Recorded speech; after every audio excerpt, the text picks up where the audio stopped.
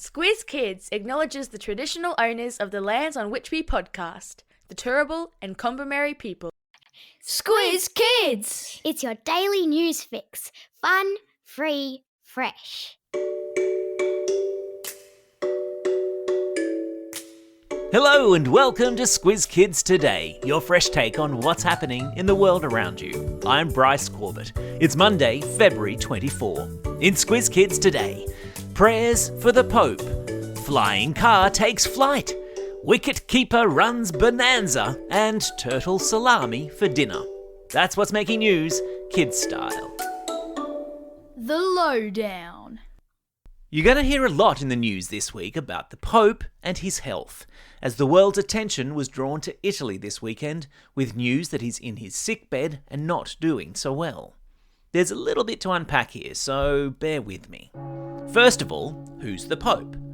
Right now, it's a fellow called Pope Francis, and he is the head of the Catholic Church.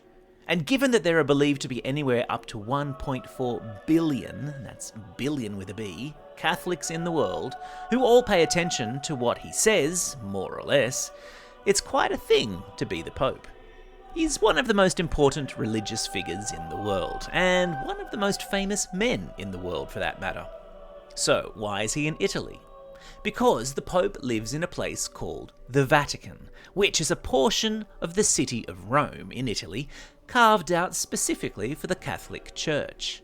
It's actually a city-state, which is to say, it's a separate country to Italy, despite the fact that it sits right in the middle of Rome, Italy's biggest city. And why is the Pope in his sickbed? Because for a week or so now, the Pope has had a lung infection, which may not be such a thing, except that he is 88 years old. And for those of you with grandparents, you'd know that old folk have to be a little bit more careful when they get sick, because their bodies and their immune systems aren't quite as strong as the ones that you young folk are lucky enough to have. There'll be lots of people of the Catholic faith praying for the Pope to make a speedy recovery this week. Here's hoping he gets well soon.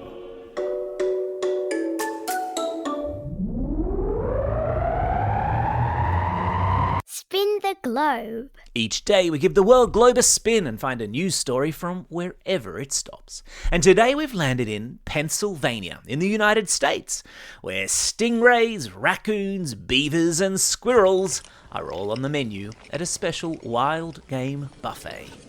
Yes, you heard right. All of those most unusual meats make it onto the menu every year at a local feast designed to introduce folks to food that they wouldn't usually eat. It's called game meat. And no, it's not meat you push around your plate and play games with at dinner time instead of eating, because we only do that with veggies, right? Game meat is what we call meat that comes from wild animals. Cows and sheep and pigs are not wild animals, but anything that roams around a forest or a jungle before ending up on a dinner plate, that's game meat. So, the folks in Pennsylvania last week tucked into such delicacies as wild boar ham, coyote teriyaki, alligator steaks, and, my favourite, snapping turtle salami. Now excuse me while I go and quietly vomit.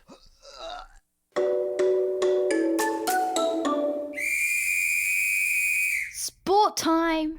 Speaking of vomiting, that's what much of the Australian sports-loving public felt like doing on Friday morning after the Matildas turned in a pretty ordinary performance against Japan, losing 4-0 in the first round of the She Believes Cup. The result was the biggest ever loss by the Matildas to Japan, who were ranked number 8, compared to the Tillies, who were ranked number 15. And things only get a little bit more complicated for the Tildas, with their next scheduled match against the United States first thing this morning. United States are world number 1, so, it might be best that we manage expectations. Meanwhile, over in Pakistan, Aussie wicket-keepers Josh Inglis and Alex Carey put on a winning partnership over the weekend to snatch a stunning come-from-behind victory over England in the first round of the Champions Trophy. The duo chased down England's impressive total of 351 in what was the highest ever successful run chase in all of ICC one-day international history. Go you good things. Believe it or not. Have you lot ever watched a movie called Chitty Chitty Bang Bang? Or maybe you've seen the stage show, all about a car that flies? It's pretty cool, right?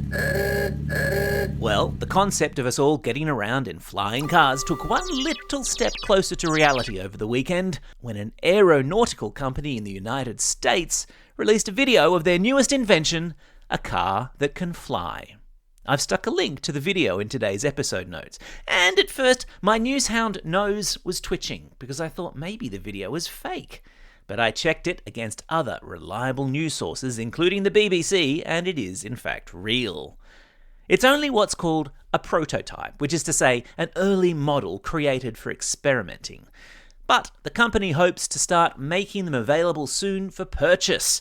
And you only need 470,000 Australian dollars to buy one. I think I'll stick to my scooter.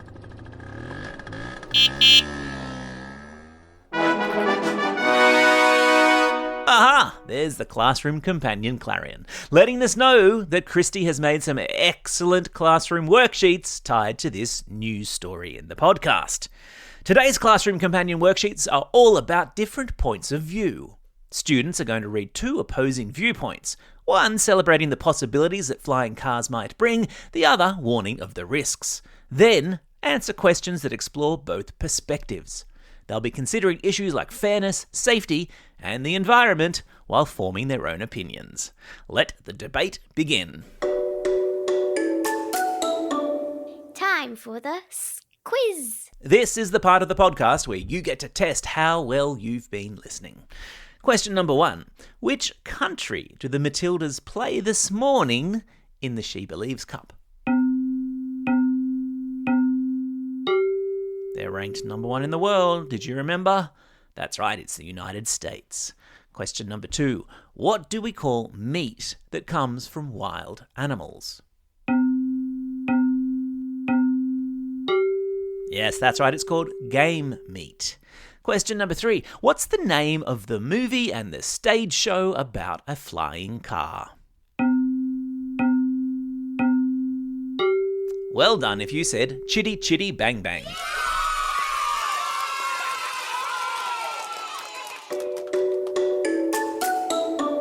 Shout-outs.